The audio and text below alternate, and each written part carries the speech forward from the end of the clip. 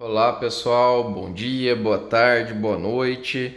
Dando sequência às nossas atividades do internato, né? Tentando manter o ensino à distância aqui nessa época turbulenta do coronavírus, até que nossas atividades presenciais sejam retomadas, vamos seguir os nossos conteúdos aqui pelo método de EAD, ensino à distância.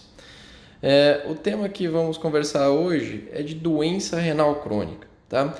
Bom, acredito que eu já tenha conhecido todos vocês através da última aula nossa de gasometria. Vamos dar início então à nossa aula. Antes de falar de doença renal crônica, é importante a gente saber o que diferencia a injúria ou lesão renal aguda da doença renal crônica, que é uma situação muito comum na prática clínica. O paciente chega para você e você tem a alteração da função renal sem saber se ele é um renal crônico ou um renal agudo. Então, como que a gente sabe isso? Bom, tem quatro maneiras, né, para a gente saber. Primeiro, a mais importante, é se você tem algum exame antigo. Isso é importante porque, assim, quando você está colhendo a história do seu paciente, é muito importante você solicitar que ele traga os exames antigos ou que de alguma forma você consiga resgatar esses exames. Eu sempre gosto de contar um exemplo. Eu tive uma paciente uma vez internada na UTI. Ela chegou com uma creatinina de 16 e o ultrassom que foi feito dela deu como rim crônico. No entanto, essa paciente ela é de um convênio que tem o sistema na internet, a Unimed, e eu sempre tenho essa mania de ir lá e tentar resgatar os exames antigos. E ela tinha um exame feito aleatoriamente há 2 meses atrás com uma creatinina de 0,8.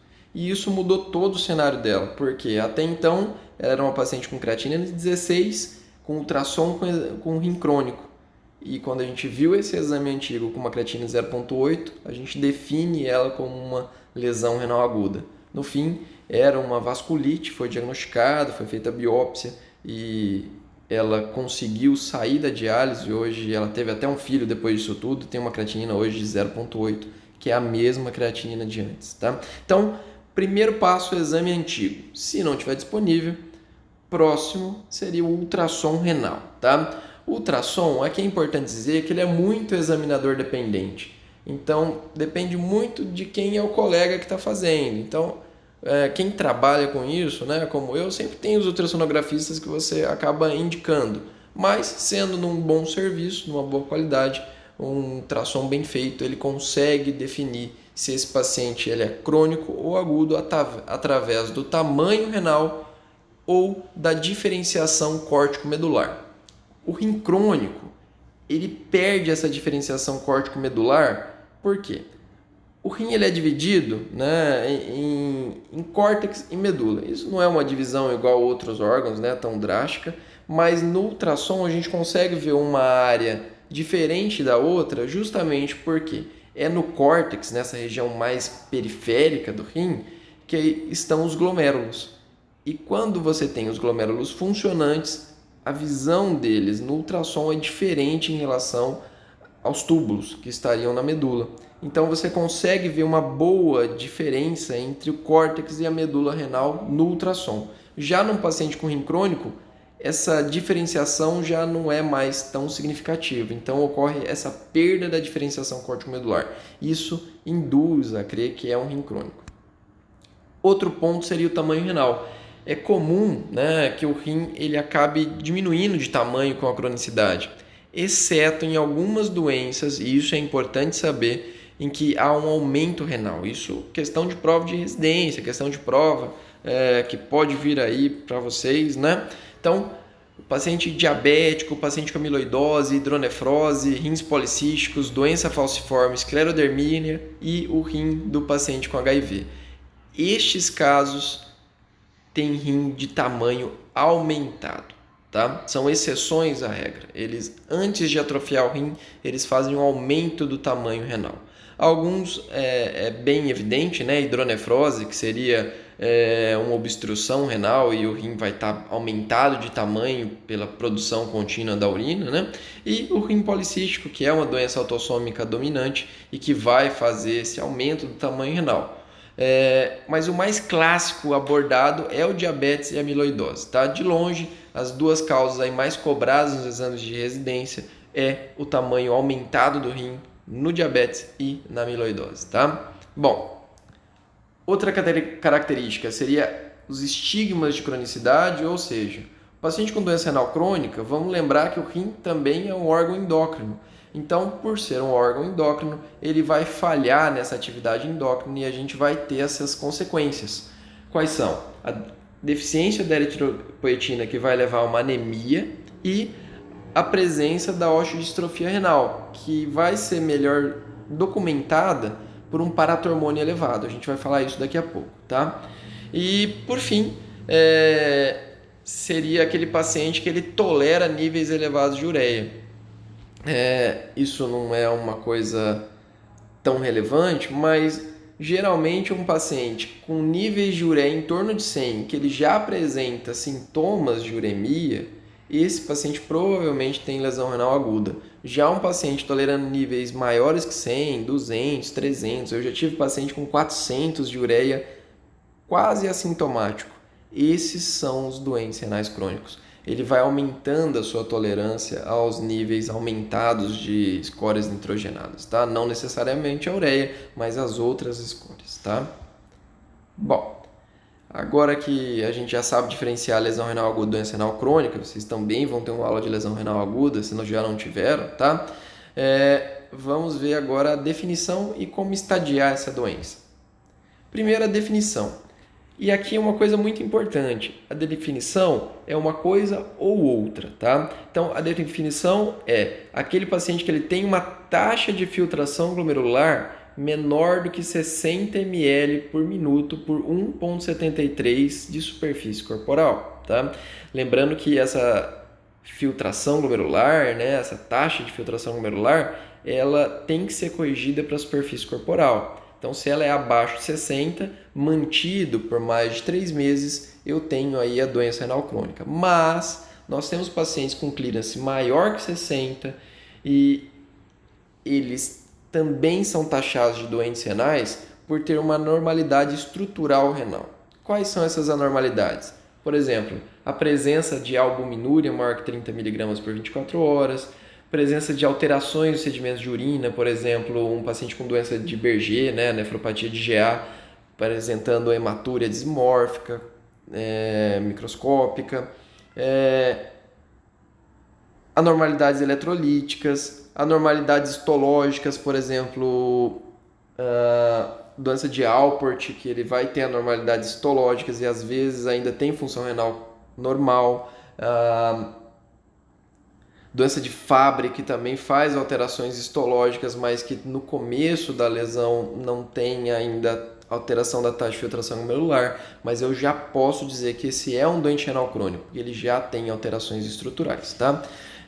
Outra coisa importante, aquele paciente que ele é transplantado renal, ele nunca vai deixar de ser um doente renal crônico. Então, se ele tem história de transplante renal, ele tem doença renal crônica, mesmo que a creatinina dele seja 0,4, 0,5. E aqueles com alterações estruturais dos exames de imagem. Por exemplo, quem nasceu com alguma anormalidade da função da morfologia renal. Por exemplo, rim em ferradura, ou rim único, ou doadores renais. Nós podemos afirmar que são doentes renais crônicos por ter uma alteração estrutural maior do que 3 meses. Tá? Então, a definição é uma coisa ou outra. E aí a gente vai ter os estadios ou estágios da injúria renal crônica ou da doença renal crônica, tá?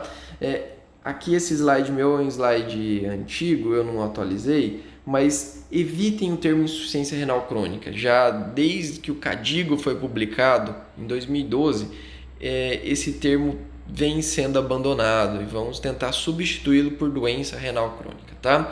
Então, os estadios são divididos em grupos, né? Grupo 1, G1, G2, G3, G4 e G5, sendo que mais recentemente o G3 ele foi subdividido entre A e B. Essa divisão ocorreu porque a maioria dos pacientes iniciam os primeiros sintomas ou alterações laboratoriais, que não de ureia e creatinina, né? No estádio 3B. Então, era um estádio que a gente tinha uma longa variação e perfis diferentes de pacientes. Então, hoje, a gente tem estadio 3A e estadio 3B, tá? Então, estadio 1 maior que 90, o 2 entre 60 e 89, 3A 45 a 59, o B entre 30 e 44, o 4 15 a 29 e o 5 menor que 15. Para gravar, gente, esqueçam o valor que vai. Vamos pensar assim, 90, 60, 30, aí o intermediário que seria 45, 15 e menor que 15, tá? Então, decorando isso, vocês vão decorar os estadios. Isso também pode ser questão de provas, tá? E o estadio 5, ele também é chamado de doente renal em fase terminal, em estadio terminal ou em fase terminal. A gente chama aí de DRFT, né? Em fase terminal.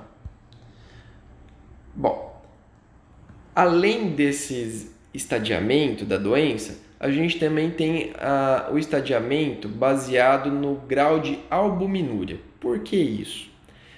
Uma vez que você tem uma albuminúria persistente, principalmente se ela é maior do que 300 mg por grama, esse doente ele vai ter uma evolução renal pior. Então, essa tabela ela é muito legal porque ela me traz em cores qual que seria o prognóstico daquele doente, sendo que quanto mais tendendo ao vermelho, pior seria o prognóstico, tá?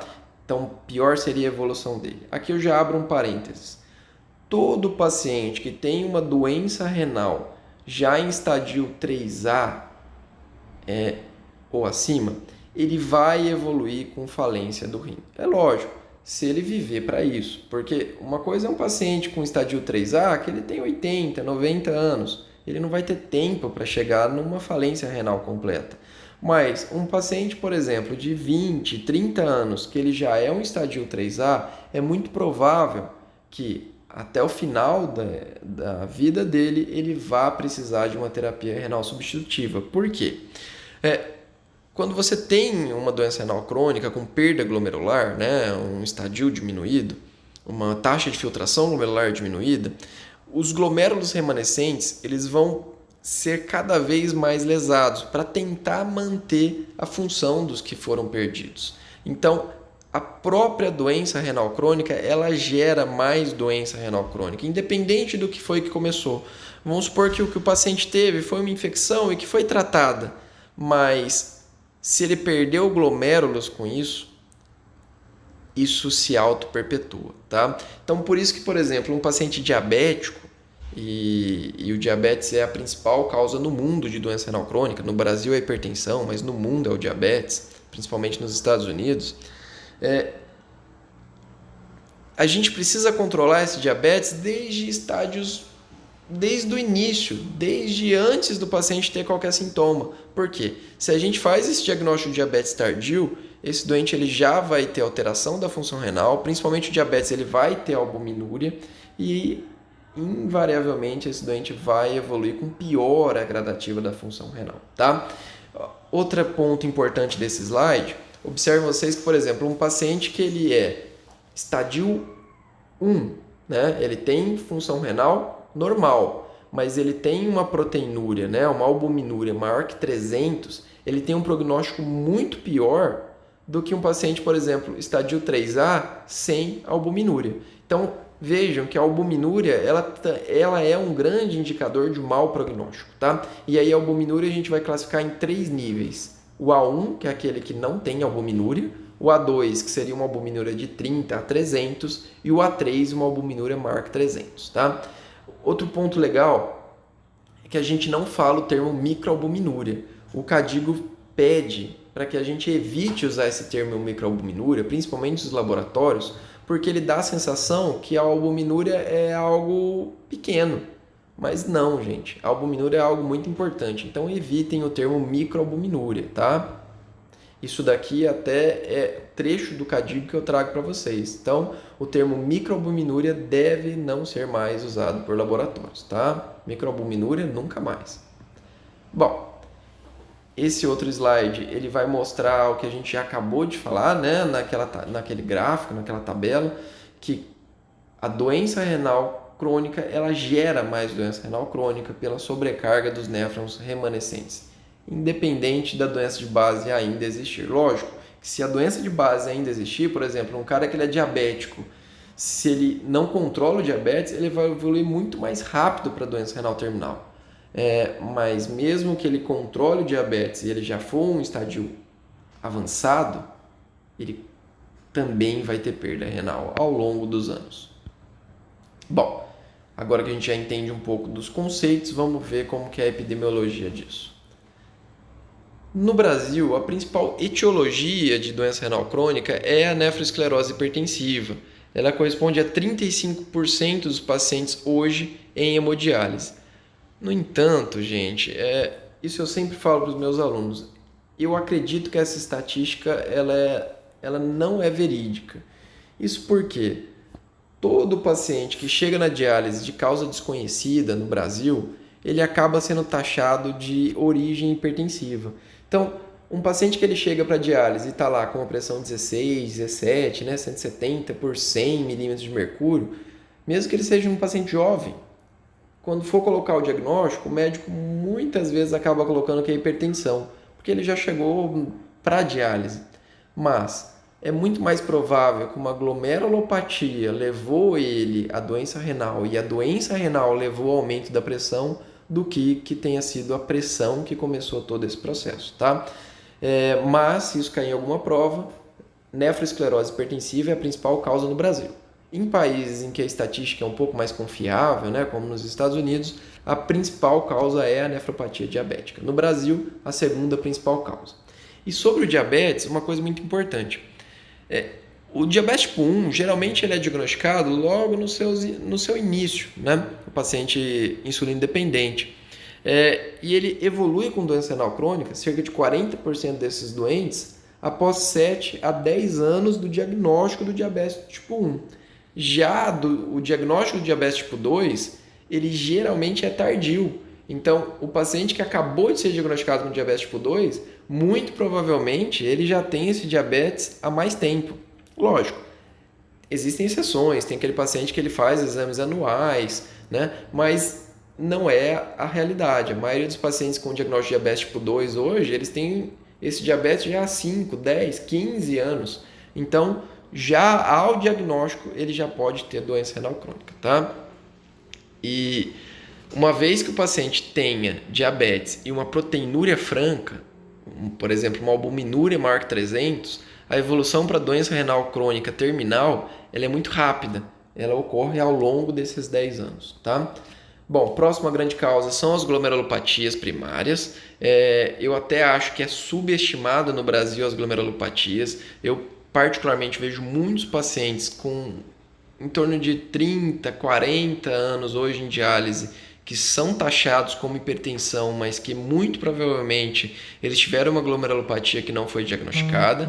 E aí, as principais glomerulopatias são a GESF, que é a glomerulosclerose segmentar focal, a glomerulopatia membranosa e a doença de lesões mínimas, tá? Para quem quiser recordar, a doença de lesões mínimas é aquela que causa síndrome nefrótica principalmente em crianças, tá? Mas no adulto, as mais comuns é a GESF e a glomerulopatia membranosa, tá? Outra grande causa, e dessa vez genética, é a doença renal policística. Ela comete até 4% dos pacientes hoje em diálise e ela é uma doença autossômica dominante. Então, um pai que tenha a doença renal policística, ele tem 50% de chance de passar essa característica genética aos seus filhos, tá? Bom, outras doenças correspondem a 22%, e aí estão o lúpus, vasculites, abuso de anti-inflamatórios, infelizmente é uma coisa muito comum, principalmente entre os idosos. Eles têm dores crônicas e muitas vezes acabam indo num pronto atendimento, e logo vocês vão ser esse médico do pronto atendimento, e que de repente por uma dor bateu o membro ou está com uma dor lombar, no ímpeto do médico de melhorar aquela dor, ele acaba prescrevendo o anti-inflamatório. Para aquele momento, o anti-inflamatório pode ser até importante para melhorar aquela dor, mas o paciente acaba aprendendo que aquele remédio é muito bom, ele melhora a dor, e aí o paciente faz o uso abusivo da droga.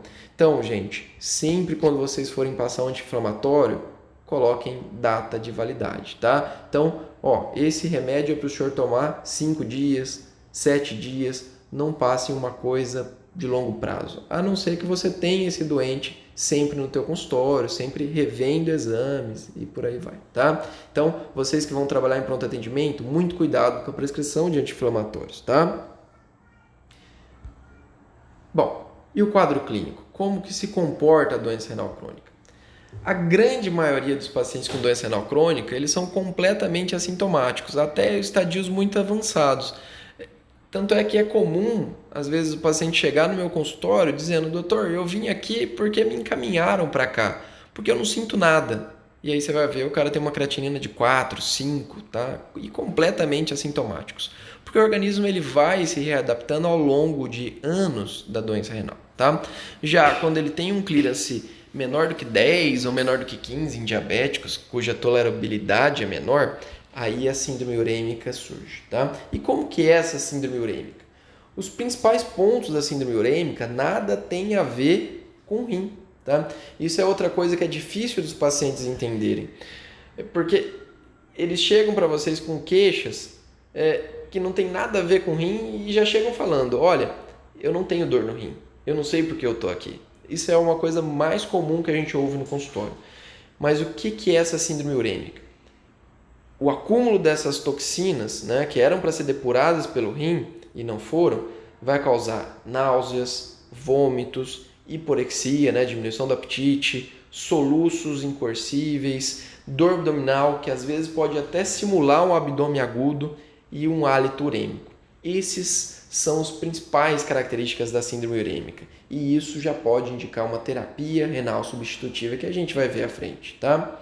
Bom, outras características seriam uma sonolência, podendo levar até rebaixamento do nível de consciência em níveis muito elevados, uma síndrome congestiva, fazendo tanto edema quanto anasarque, congestão pulmonar, discrasias sanguíneas, principalmente por uma falha do fator de von Willebrand, tá? Essa discrasia sanguínea pode até ser tratada com DDAVP, tá?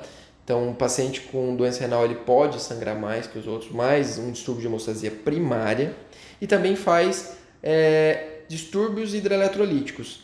Aqui eu trago para vocês um eletro ilustrando um paciente com hipercalemia, lembrando aí de aulas de eletrocardiograma, né, que a onda T é a tenda do potássio, e num paciente com hipercalemia ele vai ter uma onda T elevada, tá? Bom, aqui eu trago para vocês, essa aula eu vou passar também como PowerPoint, tá, para vocês terem acesso, mas quando a gente fala da síndrome urêmica, vamos lembrar, não é a ureia que faz os sintomas, tá? Isso ficou por uma questão histórica. Os níveis que a gente dosa são de ureia, mas as toxinas são outros componentes, compostos azotêmicos que são gerados pelo corpo e a gente não consegue dosar, tá? A gente ainda não tem protocolo de dosagem deles. Então a gente acaba dosando a ureia e estimando como esse paciente vai estar. A ureia ela só vai ser tóxica em níveis muito altos, maiores do que 300, tá? Mas um paciente que seja agudo, com nível de ureia maior que 100, muito provavelmente ele vai estar sintomático, não por causa da ureia, mas por causa de outros componentes, tá? Só para lembrar um pouquinho também da ureia, a ureia ela é gerada do metabolismo proteico. Então, a gente come a proteína, essa proteína ela vai ser metabolizada, vai ser transformada em amônia, a amônia, então, vai ser transformada em ureia pelo fígado, né? E aí, essa ureia vai ser depurada pelo rim como uma forma de eliminar aquela toxina. Vamos lembrar aqui do nefropata. O nefropata, ele às vezes tende até uma ureia mais baixa, por quê? O hepatopata, desculpa. Porque com o fígado danificado, ele vai gerar muito mais amônia. E a amônia, sim, ela é muito mais tóxica. Então, encefalopatia hepática é muito mais comum do que encefalopatia urêmica, tá? Então, só vou lembrar, comi proteína, ela vai ser metabolizada pelo fígado e gerando amônia. Esse metabolismo proteico vai gerar amônia, que vai ser metabolizada pelo fígado, gerando ureia, e aí sim a ureia vai ser depurada pelo rim, tá? Bom, das literaturas que eu recomendo vocês a seguirem, ela divide a síndrome urêmica entre manifestações que respondem à diálise e manifestações que não respondem à diálise, tá? As que respondem à diálise são os distúrbios hidroeletrolíticos, ácido base, os sintomas gastrointestinais e neurológicos, alguns sintomas cardiovasculares, como edema agudo de pulmão, hipertensão. Lembrando que a hipertensão no renal crônico ela é muito volume dependente, então é normal que aquele paciente que usava 5, 6 classes de antihipertensivos, quando ele entra na diálise, a maioria desses antihipertensivos é deixado de lado, porque a gente vai tirando o volume desse doente, tá? Melhora também alguns sintomas pulmonares, melhora essa disfunção plaquetária que eu já citei para vocês e melhora um pouco da intolerância à glicose. Mas existem sintomas que não melhoram com a diálise e estes são os que não respondem, né, à diálise, que é a anemia, a osteodistrofia renal, aí vem a parte endócrina do rim, e aí a gente vai conversar mais à frente, alguns distúrbios do cálcio e fosfato, que também tem a ver com a osteodistrofia renal, algumas alterações cutâneas, como prurido, é muito comum nas clínicas de hemodiálise os pacientes referirem prurido, tá? Algumas articulações articulares, como artrite, a aterosclerose acelerada e a dislipidemia. E isso daqui é muito importante porque o principal fator de risco desses doentes é o risco cardiovascular. Então veja que tanto a aterosclerose quanto a dislipidemia, a diálise não melhora. Então esses doentes, eles são doentes mais inflamados que vão ter um maior risco cardiovascular. Tanto é que assim, ninguém morre hoje por falência renal. Por quê? Porque a gente tem diálise. A diálise consegue tratar esse doente, mas ao longo dos anos, tá? Esse doente ele vai ter uma sobrevida menor que a população geral pelo risco cardiovascular, tá? Então o doente renal ele morre de problemas cardíacos, tá? Bom, ele também tem essa depressão imunológica e um estado constante de hipercatabolismo que pode levar à desnutrição proteico-calórica.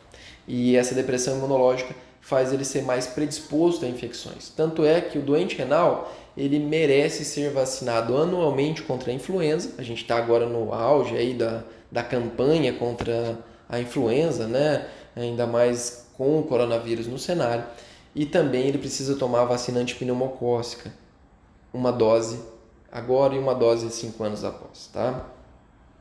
Bom, além daqueles fatores de risco cardiovasculares que eu citei para vocês, a aterosclerose acelerada e a dislipidemia, esse paciente ele vai ter anemia, ele vai ter uma sobrecarga hídrica que é o excesso de líquido que ele acumula até pela disfunção renal, ele tem a desnutrição proteico-calórica, o estado inflamatório crônico, uma resistência insulínica que muitas vezes até piora o diabetes ao longo, né, dos anos dele em diálise. Ele faz calcificação vascular, principalmente pela osteodistrofia renal, e isso tudo vai piorar ainda mais o risco cardiovascular. Então, mais uma vez, o doente renal ele não morre pelo rim, ele morre pelo coração, tá? Então, isso é uma coisa muito importante para aprender. E é por isso que o nefrologista ele precisa também entender de cardiologia e ter sempre um cardiologista ali para estar trabalhando em conjunto dos seus doentes, tá? Bom, dito isso, agora vamos falar um pouquinho da anemia da doença renal. Então, só para a gente lembrar, o rim ele tem essa produção endócrina da eritropoetina, tá? A eritropoetina ela é um hormônio que vai dar o comando para a medula óssea para a produção de células hematopoéticas, tá? A anemia ela surge no estadio 3B, até por isso a divisão entre 3A e 3B, tá? Geralmente o paciente vai ter essa anemia ao longo de anos, então ele não é um paciente que ele sai de 14, 13 de hemoglobina e vai para 9, 8, tá? Então isso é uma coisa lenta e gradativa ao longo de anos. Então esse paciente ele costuma chegar para vocês no consultório com 9, 10 de hemoglobina e às vezes sem sintomas, tá? A anemia é uma anemia com características de doença crônica, então é uma anemia normo-normo, tá? E o principal fator é a deficiência de eritropoetina. Mas a gente precisa entender que a anemia do doente renal, ela é multifatorial, ela não deve ser só a deficiência de eritropoetina. Até por isso, quando um paciente chega para mim no consultório com anemia, a primeira coisa que eu faço não é repor a eritropoetina. A primeira coisa é pesquisar se ele tem alguma outra causa de anemia, tá? Qual é a outra causa? Pode ter carência de ferro, ele pode ter carência de folato, carência de B12, tá? Então são substâncias que eu devo sempre testar numa primeira consulta e testar de tempo por tempo, tá? E também as toxinas dialisáveis e o próprio osteodistrofia renal, com o aumento do paratormônio, reduz a vida média das hemácias, que o normal seria em torno de 120 dias, ela é reduzida no renal crônico para em torno de 70 dias, tá? E além disso, também inibe o efeito da eritropoetina na medula. Então, o paciente ele já tem menos eritropoetina e a inflamação crônica ainda leva ele a ter uma insensibilidade a essa eritropoetina, tá? Então, por isso que o doente renal ele faz muito mais anemia do que esperado só pela deficiência de eritropoetina, tá? Bom, como que é o tratamento? O tratamento, primeiro, eu vou ver se ele não tem outras causas, né? Então, assim, se ele tem deficiência de ferro, eu vou repor ferro, vou investigar por onde que ele possa estar perdendo esse ferro. Se ele tem, vamos avaliar os estoques de B12 e folato e repor, se for o caso. Agora, caso eu já tenha investigado o meu doente e não tenha chegado a nenhuma conclusão, a deficiência de eritropoetina é a principal hipótese e aí eu começo a reposição, tá? A reposição de eritropoetina ela é indicada sempre quando a hemoglobina estiver abaixo de 10, tá? E tendo como meta uma hemoglobina entre 10 e 11,5, tá? Por que isso? Logo quando surgiu a eritropoetina no mercado, tá? A alfapoetina, como ela é chamada, a droga, né? A substância que é utilizada, é uma droga injetável, tá? Subcutâneo ou endovenoso. Os nefrologistas começaram a usar abusivamente e os pacientes fazendo 13, 14 de hemoglobina, mas aí surgiram os efeitos adversos, tá? Então, a reposição de eritropoetina, ela aumenta tromboembolismo sistêmico, então é um paciente que ele pode fazer TEP, TVP, trombose da fístula, AVC, piorar a coronariopatia. Esse paciente também ele fica mais hipertenso, então e aumenta também a chance dele ter neoplasias. Então, o excesso de eritropoetina também é danoso para o doente. Por isso que a gente só entra quando a hemoglobina é menor do que 10 e tende a uma meta entre 10 e 11,5, tá? Eu geralmente gosto de deixar meus pacientes mais próximos ali do 11,5, tá? Mas sem passar isso, porque senão tem esses eventos adversos. Bom, e a doença mineral óssea? Olha, galera, entender a doença mineral óssea do renal crônico é bem complicado. Na verdade, eu diria para vocês que a nefrologia ainda engatinha nisso, tá? Recentemente foi descoberto o FGF23, seria aí a primeira substância a ser alterada no nosso organismo com doença renal crônica. E então a gente está aprendendo ainda na nefrologia como que é essa osteodistrofia renal. Mas hoje a gente sabe que ela é um dos principais itens de dano ao nosso doente, que vai aumentar o risco cardiovascular, vai fazer calcificação vascular e vai aumentar a mortalidade do nosso doente, tá? Então, só para a gente entender o básico, não se preocupem tanto com isso. Nosso organismo ele produz um hormônio chamado paratormônio. Quem produz são as paratireoides, que são 4 glândulas localizadas atrás da tireoide. Aqui a gente tem uma imagenzinha no canto, tá? Sempre quando tem hipocalcemia, ou seja, um cálcio mais baixo, essas paratireoides vão entrar em ação, tá? Ela vai acelerar o metabolismo ósseo, tanto reabsorção óssea quanto formação óssea. Lembrando que o nosso osso é um tecido vivo, né? Então, nosso osso está em constante formação e reabsorção. E o paratormônio culmina na reabsorção de cálcio no plasma. Então, em última análise, ele tira cálcio do osso, tá? Já no rim, o paratormônio ele aumenta a reabsorção do cálcio no túbulo contorcido distal, ele aumenta a produção do calcitriol, e aí vem o X da questão, né? O calcitriol ele é a vitamina D ativa, então a vitamina D ela é ativada pelo rim e transformada no calcitriol, né? Então calcidiol, colecalciferol ele é transformado no rim em calcitriol, e sem rim eu não tenho esse calcitriol, tá? O paratormônio ele também inibe a reabsorção de fosfato, então ele induz fosfatúria e inibe a reabsorção de bicarbonato no túbulo contorcido proximal, levando à bicarbonatura, tá?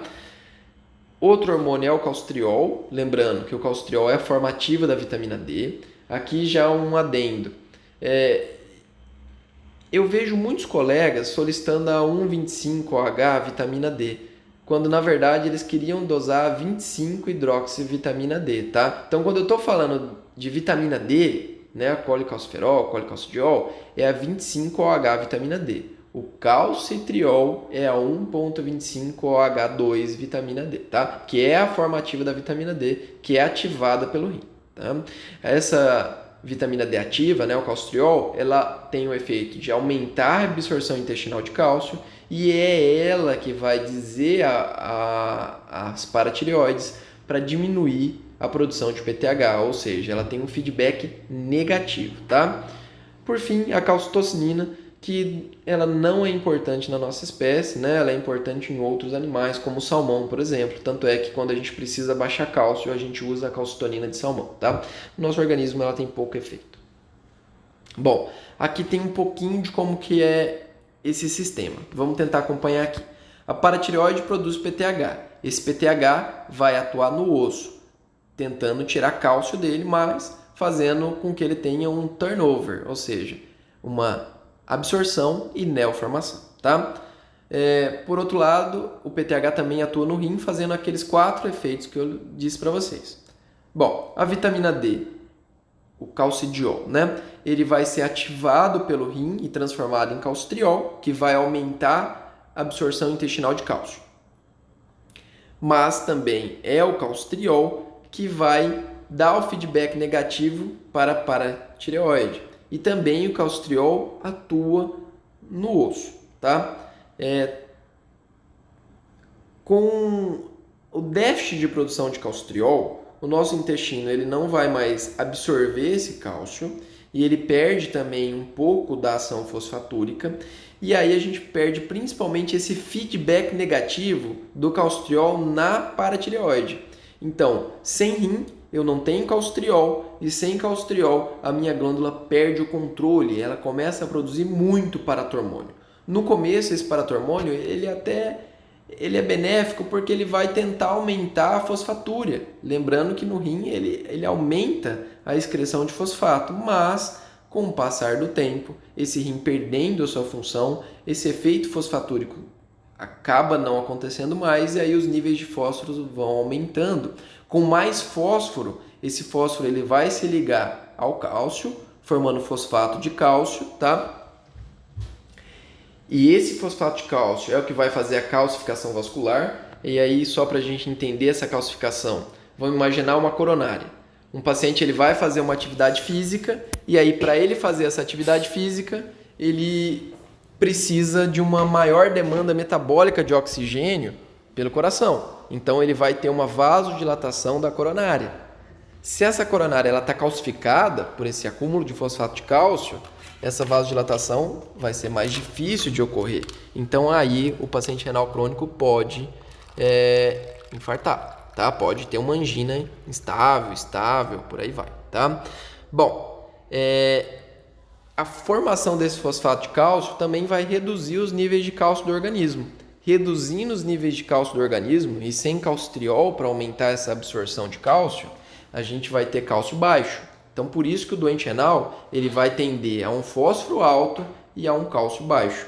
E esse cálcio baixo também vai induzir a paratireoide a produzir mais PTH. Então, os níveis normais de paratormônio é em torno de 70. No renal crônico, a gente já fala níveis normais, principalmente naquele em diálise, de 150 até 600 em algumas literaturas. Mas eu tenho aqui na diálise pacientes com 2.000, 3.000 de paratormônio, porque essa glândula ela acaba virando um tumor e produzindo esse PTH de maneira totalmente descontrolada, tá? Bom, a osteostrofia renal ela tem dois grandes grupos, a doença de alto turnover, que é essa que eu acabei de dizer para vocês, né, que vai ficar um PTH muito alto, esse osso toda hora sendo construído e destruído, e aí esse osso num alto turnover, ele vai ter um osso mais frágil, tá? Mas existe também a doença de baixo turnover. Não se sabe muito bem o porquê que ela existe, que é a doença óssea dinâmica, tá? Mas aí eu vou ter um osso parado. Geralmente esse paciente ele tem PTH baixo. É mais comum em mulheres idosas, tá? E diabéticas. Então não se sabe muito bem a explicação disso, mas uma parcela dos doentes faz essa doença óssea dinâmica, tá? A maioria não, a maioria faz a doença de alto turnover. Aqui, só para exemplificar para vocês, alguns pacientes com as alterações da osteodistrofia renal, tá? Então, essa daqui é a leontíase facial. Então, vejo vocês que é uma face que lembra um pouco a face de leão, por isso esse nome leontíase, tá? É uma alteração bem característica da osteodistrofia renal. Aqui o tumor marrom, então podem ver aqui no que seria a nossa esquerda, né, a mão direita do paciente aqui no caso, ele tem um tumor marrom ali no dedo indicador, então dá pra gente ver ali, e também a lateral desse membro ele tem um outro tumor marrom, tá? Observem também a ponta dos dedos, né, dos pododátilos, que existe uma reabsorção óssea. Isso vai ser mais bem visto aqui no ultrassom, na radiografia, tá? Então, esse é a radiografia daquele paciente. Então, observem a mão dele com os dois tumores marrons e com a absorção óssea na ponta das falanges distais, tá? Infelizmente, é uma doença muito grave e que muitas vezes exige a retirada da paratireoide, tá? Bom, aqui outros exemplos de tumor marrom.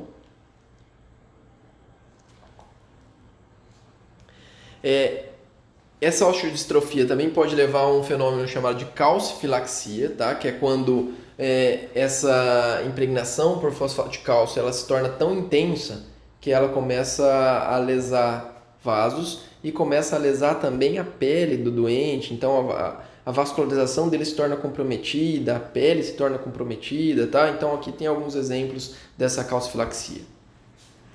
Isso daqui, gente, olha, podem ver abaixo dessa figura a calcificação vascular. Então, aqui não é um osso que o paciente tem, isso daqui é a artéria dele. Então, vejam vocês a que ponto que essa artéria chegou. Ela está toda calcificada, é uma artéria dura, ela não consegue, num momento de maior demanda, fazer a vasodilatação, tá? Isso numa coronária é desastroso. Tá? Esse daqui é um doente mostrando o antes e o depois, né? Então, esse doente na foto à direita, a gente vê ele antes da doença renal e ali na foto à esquerda, como que ele está hoje, a situação dele hoje com a osteodistrofia renal, tá? Lembrando que tudo isso é evitável, basta ter um controle adequado e fazer a cirurgia em momento oportuno, tá? Que é a retirada das paratireoides. Esse é o mesmo doente, então ali mostrando as alterações decorrentes da osteodistrofia renal, né? E aqui a situação mais grave dele. Ele não nasceu desse jeito, gente. Isso daqui tudo é consequência da osteodistrofia renal, tá? Bom, como que eu acompanho esse doente? Nas fases mais precoces, estádio 1, 2 e 3A, eu vou tentar evitar a evolução desse doente para a doença terminal, tá? Então, como que eu vou fazer isso? Se ele é hipertenso, principalmente se ele tem proteinúria, albuminúria, eu vou tentar usar IECA ou BRA. Por quê? IECA ou BRA, eles fazem uma vasodilatação preferencial na arteríola eferente, fazendo com que haja uma passagem mais rápida pelo glomérulo do fluxo sanguíneo, diminuindo assim a proteinúria, tá? Então são drogas antiproteinúricas, tá? Tentar manter a pressão desse paciente sempre abaixo de 130/80. Aqueles que fumam, proibir o tabagismo, né? Abandonar o tabagismo, manter a atividade física, tentar controlar a dislipidemia, lembrando que esse doente ele pode morrer de doença coronariana no futuro, tentar controlar outros, né, fatores de risco cardiovascular, como obesidade, controle da glicemia, principalmente se é um paciente diabético, tentar fazer uma dieta normoproteica. Aqui uma coisa muito importante, tá? No passado, e até muitos pacientes ainda hoje questionam, se se tentava reduzir a ingestão proteica para que esses pacientes não evoluíssem tão rápido para a doença terminal. Qual que era a análise? Se o aumento de ureia ele é decorrente do metabolismo proteico e o rim, que em última análise vai ter que jogar fora essa ureia, eu diminuiria o consumo proteico e aí eu deixaria esse paciente mais tempo com o rim funcionante, tá? Era uma observação correta até então. E era o que era feito pelos nefrologistas. No entanto, né, com o avançar da medicina, a gente viu que esses doentes eles se desnutriam. E aí a própria desnutrição era um fator de risco independente. Então a gente tinha muitos pacientes que morriam por essa doença, pela desnutrição, por conta de uma dieta hipoproteica. Então hoje a gente não recomenda mais uma dieta hipoproteica, mas sim uma dieta com um pouco de redução de proteínas ou norma proteica, tá? Que é 1 grama por quilo dia. Dieta hipossódica, isso visando o controle pressórico, principalmente, tá? E evitar o uso de drogas nefrotóxicas e o contraste iodado. Então, principalmente aí o anti-inflamatório, tá? Então, quando um paciente vem para mim no consultório a primeira vez, ele sai com uma cartinha em que eu recomendo principalmente não usar os anti-inflamatórios, orientando ele quais são drogas que ele pode usar quando ele tiver dor, tá? E a usar o contraste iodado, usado para tomografia e cateterismo, só se for extremamente necessário. Por exemplo, se ele está com uma suspeita de uma angina instável, o cateterismo é muito importante. Agora, se é possível fazer um outro exame, por exemplo, se ele tem uma dor abdominal e eu quero investigar, eu não preciso fazer uma tomografia com contraste iodado. Eu posso fazer um ultrassom, eu posso fazer exames alternativos, tá?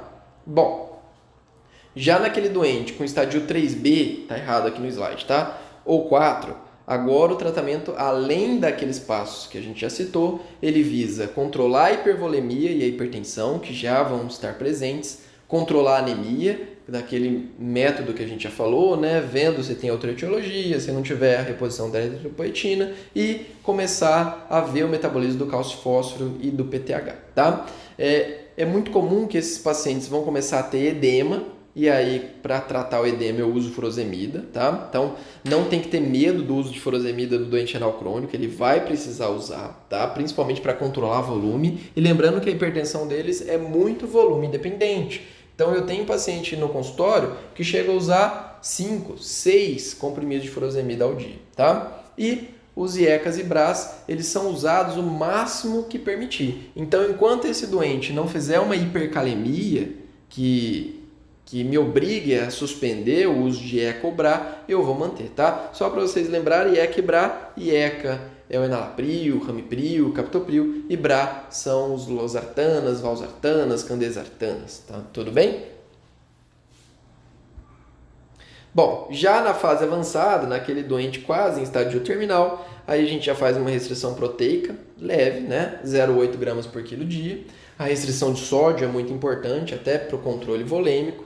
Lembrando que se ele consumir mais sal, ele vai ter mais sede, tá? Restrição do potássio, porque geralmente esses pacientes já vão tender a uma hipercalemia. E aqui uma coisa legal, a furosemida que ajuda a gente no controle volêmico e no controle antihipertensivo, ela também ajuda depurando mais potássio. Então por isso que eu gosto muito de usar a furosemida nesses doentes em fase final, tá? Restrição hídrica, lógico, vai depender do quanto que esse paciente urina, mas em geral 1 litro, 1,5 litro por dia de água, tá? Mas tem pacientes aí que, enfim, eles usando furosemida, eles conseguem usar até 2 litros de água por dia. Depende muito de organismo por organismo e qual estágio que o paciente está. O importante é que ele não tenha edema, ou se tiver um edema discreto, tá? E com a pressão controlada. E a restrição do uso de fósforo. Se esse paciente já estiver fazendo hiperfosfatemia, aí eu posso usar os quelantes. O principal quelante usado hoje em dia é o Sevelamer, cujo nome comercial é o Renagel. Ele tem a ação de não deixar absorver o fósforo, tá? Então, o paciente, enquanto ele está comendo, ele vai tomando esses comprimidos de Sevelamer e aí esse fósforo não é absorvido, tá? Porque lembrando que quanto mais fósforo, mais ele vai fazer calcificação vascular, porque esse fósforo vai estar se ligando ao cálcio e formando fosfato de cálcio no vaso, tá? E também quanto mais fósforo, mais eu vou induzir a formação de PTH, fazendo autodistrofia renal e aumentando aí meu risco cardiovascular, tá? Bom, o paciente ele vai tendendo a uma acidose metabólica, principalmente no final do estadio 4, início do estadio terminal. E para tamponar essa acidose metabólica, ele vai começando a recrutar do osso. Então, para manter o osso saudável desse doente, eu tento manter o bicarbonato dele sempre na faixa normal, entre 22 e 26. Então, esses pacientes acabam usando bicarbonato.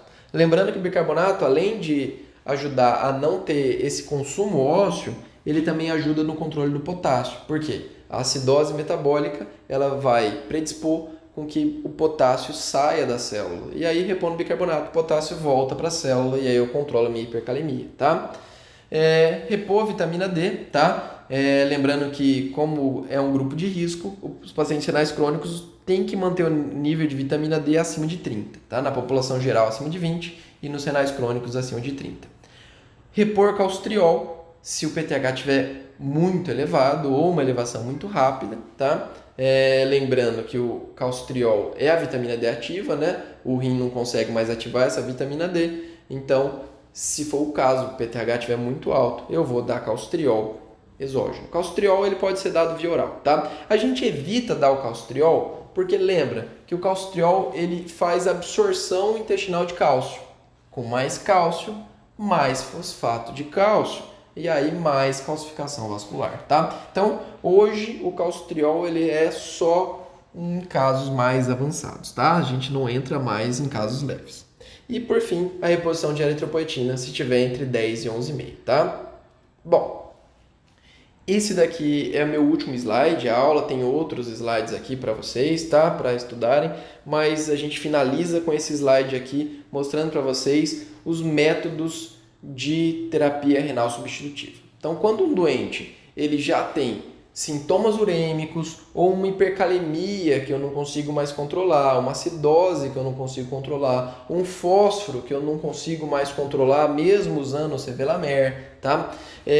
Uma hipertensão refratária, um edema fazendo congestão pulmonar, esse doente ele vai precisar de uma terapia renal substitutiva. E o que a gente tem hoje disponível no mundo são 3 métodos, tá? A hemodiálise, a diálise peritoneal e o transplante renal, tá? Então, são esses os 3 métodos de terapia renal substitutiva. Eu até acho que eu tenho alguns slides à frente para exemplificar melhor isso, tá? Essas são portarias, é interessante dar uma lida, que são portarias do SUS, tá? Sobre a hemodiálise. Bom, essa daqui é uma imagem de um paciente fazendo hemodiálise, tá? Vejam vocês que ele tem uma via que está puxando o sangue dele é puxado por uma bomba, por essa máquina, né? Essa máquina, então, vai jogar esse sangue dentro de um filtro, né? Esse filtro, ele vai filtrar o sangue e aí esse sangue filtrado vai ser devolvido para o paciente, tá? O que é esse filtrar o sangue? Dentro desse capilar, né, desse filtro, ele tem vários capilares ali do tamanho, de uma espessura de um fio de cabelo, vamos dizer assim, que o sangue passa por dentro dele, tá? Esse sangue passando por dentro dele, esse capilar ele é cheio de pequenos poros e aí por um mecanismo de difusão, né? O que tem mais sujeira, vamos dizer assim, né? Por exemplo, o que tem mais ureia, ele vai ser transferido para o lado que tem menos ureia. Então, esse capilar é como se fosse uma membrana semipermeável, que aí vai passar quem tem mais soluto para quem tem menos soluto, tá? E o que está passando dentro desse capilar, aqui na figura não está ilustrando, é um negócio chamado dialisato, que a máquina vai pegar um banho ácido junto com um banho básico, misturar com água, por isso que elas são chamadas de máquinas de proporção, e aí esse banho, esse dialisato, ele vai fazer com que, por difusão, essas moléculas, né, esses solutos, saiam do sangue e vão para esse dialisato. E aí esse dialisato é jogado no lixo depois, né? Então ele fica fazendo um fluxo ali, enquanto o sangue passa a cerca de 400 ml por minuto, esse dialisato passa a 500 a 800 ml por minuto, tá? E aí, conforme vai passando, vai sendo desprezado para o esgoto esse dialisato e o sangue já limpo volta para o meu doente, tá? Bom, Qual que é o inconveniente da hemodiálise? O doente ele tem que vir até o hospital 3 vezes na semana, 4 horas por dia. Isso é o mínimo, tá? Ah, doutor, mas eu conheço um paciente que faz 3 horas. Tá errado. O paciente tem que fazer 4 horas. Hoje a gente já tem uma vasta literatura mostrando que quanto maior o tempo de diálise, maior a sobrevida do meu doente, tá? Então, o mínimo é 12 horas semanais, tá? Esse é o grande inconveniente. Outro inconveniente é o acesso. É comum o paciente chegar, eu vou ter aquele calombo no meu braço. Aquele calombo no braço que eles gostam de falar, nada mais é do que a fístula arteriovenosa. Ou seja, um cirurgião vascular, ele vai fazer um desvio, né, uma fístula entre a artéria e a veia, e aí essa pontezinha entre a artéria e a veia vai estar passando um pouco de sangue que iria até a mão do doente de volta para a veia. Esse fluxo turbilhonado dentro da veia vai fazer essa veia engrossar e espessar a sua parede. E aí com essa veia mais grossa eu consigo puncionar uma agulha que vai puxar o sangue e uma agulha que vai devolver o sangue. Lembrando que eu puxo o sangue sempre em direção da mão e eu devolvo ele em direção ao coração, né? Então o sangue limpo ele vai estar voltando para o coração enquanto o sangue sujo está sendo puxado ali da mão, tá? Bom, a fístula, depois de feita, ela demora cerca de 30 dias para engrossar essa parede da veia, tá? Que é o processo que a gente chama de maturação. Se esse paciente entrar em urgência dialítica e não tiver essa fístula pronta, a gente vai ter que passar um catéter duplo lumen para hemodiálise. E aí esse catéter é como um catéter central. Nós vamos passá-lo em alguns dos sítios de vasos de acesso central, tá? Preferencialmente a jugular direita, opcionalmente as femorais direita ou esquerda, e aí esses são os primeiros pontos de acesso. Se esse doente não puder, ele vai para a jugular esquerda. A esquerda não é preferível por causa de um desvio que tem na jugular esquerda antes de entrar no coração, né? Então isso dá um fluxo ruim para a diálise. E por fim as subclávias. Subclávia não é um acesso recomendado para diálise, porque eu posso ter estenose da subclávia e aí futuramente eu não tenho condições de fazer uma fístula no braço, tá? Bom, essa é a hemodiálise. É o mais usado hoje no nosso país e no mundo, tá? Como terapia renal substitutiva. O outro método é a diálise peritoneal. Como funciona essa diálise peritoneal? É colocado um caninho, vamos dizer assim, né? A gente chama de catéter de Tinkoff, no peritônio do paciente. Então aqui tem a fotinha de uma barriga de um paciente com esse catéter de Tinkoff. Lá dentro do peritônio, esse catéter ele tem uma voltinha, aqui até está um catéter do modelo antigo, isso não é mais muito utilizado, né? Esse catéter ele vai estar constantemente jogando um líquido, que é o dialisato, dentro da cavidade peritoneal, e aí por um método de difusão, né, os nossos capilares peritoneais eles vão entrar em equilíbrio com esse líquido que eu coloquei lá dentro, esse meu dialisato, e aí depois eu dreno esse dialisato, tá? Então a ideia é que a minha membrana peritoneal, né, meus capilares peritoneais vão fazer o papel do rim, tá? Isso pode ser feito por gravidade, então o próprio paciente fazendo essas trocas a cada 6 horas, como também pode ser feito por uma máquina. Essa máquina pode ficar na casa do doente, tá? Então, como é uma terapia que não envolve sangue, o próprio paciente pode se ligar à noite, tá? Aqui tem uma foto de uma menininha fazendo a sua conexão. E aí a máquina, durante o sono do doente, vai fazer 4, 5, 6 trocas desse dialisato que vai, quando estiver entrando em equilíbrio, né? Feito o seu processo difusivo, a máquina vai estar jogando fora esse dialisato, colocando de novo um dialisato limpo lá dentro do paciente. E aí, o processo vai se repetindo 4 a 6 vezes, até mais, dependendo da prescrição da diálise, tá? A grande vantagem desse método é que o paciente faz em casa. E a grande desvantagem dele é que o paciente faz em casa. Por quê? O paciente fazer em casa, ele precisa ter uma estrutura para isso. Então, ele precisa ter uma casa com boa higiene, ele precisa ter uma boa higiene, ele precisa ter uma boa coordenação motora ou ter alguém que faça isso por ele, tá? Esse método ele vem sendo muito usado em países mais pobres, porque ele é um método barato, tá? Então, os principais países hoje que publicam sobre isso é o México, o Brasil e principalmente por Botucatu, né? Botucatu é um dos centros de maior expertise em diálise peritoneal e a África do Sul, tá? Mas a gente já tem um conceito hoje na nefrologia, defendido até pelos americanos, né? Que é a PD first, né? Peritoneal dialysis first, né? Primeiro. Então, primeiro diálise peritoneal. Então, o paciente só iria para a hemodiálise depois que ele não pudesse fazer a diálise peritoneal. Lembrando que essa diálise peritoneal, o paciente tem aquelas exigências, né? Se ele for um paciente gordo, se ele for um paciente grande, se ele for um paciente que já fez cirurgias abdominais e tem cicatrizes, então ele já é excluído já de cara para fazer essa peritoneal, tá? Por fim, o transplante renal. Bom, aqui um grande parênteses. O transplante, os pacientes encaram como se fosse a solução dos seus problemas, mas isso não é verdade, tá?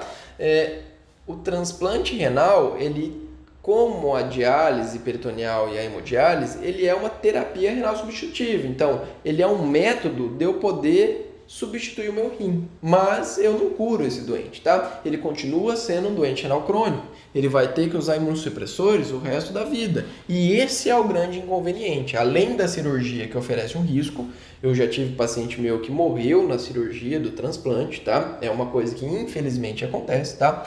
Ele tem que usar imunossupressor enquanto ele tiver o enxerto funcionante. Então, esse imunossupressor pode colocar ele em risco maior para doenças infecciosas, tá? Então, não raramente um paciente ele é internado por doenças fúngicas, tuberculose e as doenças bacterianas mesmo, muito mais graves do que num paciente que faz hemodiálise, por exemplo, tá? Porque ele está usando imunossupressor, tá? Aqui só uma imagem para curiosidade de vocês. O rim transplantado, ele não vai para o mesmo lugar do rim normal. Então, eu não tiro o rim do meu doente para colocar o rim transplantado. Ele vai como um terceiro rim. E não é retirado o rim porque, mesmo que esse rim funcione um pouquinho, ele já vai ajudar um pouco nesse meu paciente, tá? Então, fica esse conceito. O transplante renal, ele é um método alternativo, mas ele não é a cura do meu doente, tá? A gente só vai poder dizer cura se algum dia a gente tiver célula tronco capaz de gerar um rim novo para o meu doente com o DNA dele, tá? Até quando a ciência não tiver nessa tecnologia, a gente ainda não tem cura para doença renal crônica, tá? Bom, gente, é isso. Espero que tenham gostado da aula. Esse método é um método novo para todos vocês, né? Para a gente como professor também. Eu estou aqui falando e gesticulando o tempo todo, tentando mostrar as imagens, né? Infelizmente eu não consegui colocar um pointer aqui, eu vou ver se eu consigo me adaptar a isso, mas espero que tenha sido de bom proveito, tá? Um abraço a todos e que todo mundo passe bem essa época de confinamento social, tá? Um abraço, tchau, tchau.